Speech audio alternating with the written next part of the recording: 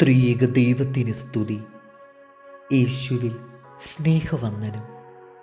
എല്ലാ രഹസ്യങ്ങളും എല്ലാവരിൽ നിന്നും കുറേ കാലത്തേക്ക് ഒളിച്ചു വയ്ക്കുവാൻ കഴിയും. എന്നാൽ എല്ലാ കാര്യങ്ങളും എന്നും മറച്ചു വയ്ക്കുവാൻ കഴിയില്ല. നമ്മിൽ ചിലരുടെയെങ്കിലും സൽപ്പേരും ബഹുമാനവും ധനവുമൊക്കെ ചില രഹസ്യങ്ങളിൽ മേൽ തങ്ങി നിൽക്കുകയായിരിക്കാം.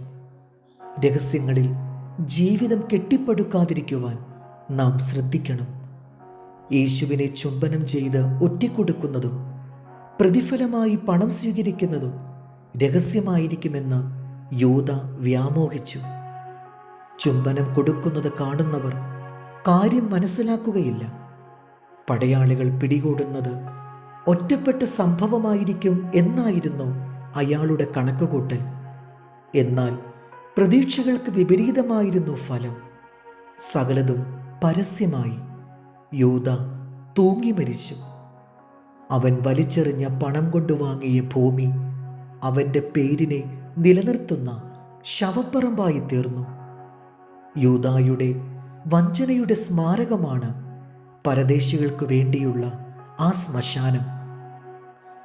നാമാനോട് സംഭാവന വാങ്ങിയ ഗേഹസി സകലവും രഹസ്യമായിരിക്കുമെന്ന് കരുതി.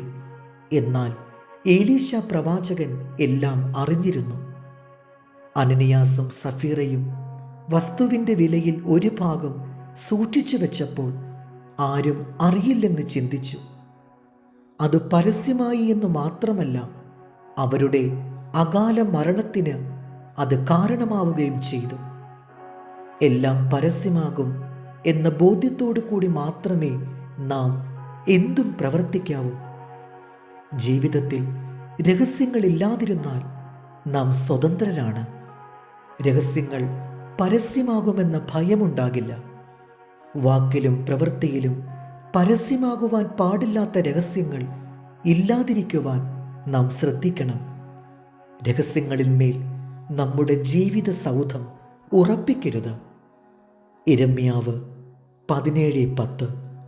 യഹോവയായ ഞാൻ ഹൃദയത്തെ ശോധന ചെയ്ത് അന്തരംഗങ്ങളെ പരീക്ഷിച്ച് ഓരോരുത്തന് അവനവൻ്റെ നടപ്പിനും പ്രവൃത്തിയുടെ ഫലത്തിനും തക്കവണ്ണം കൊടുക്കുന്നു.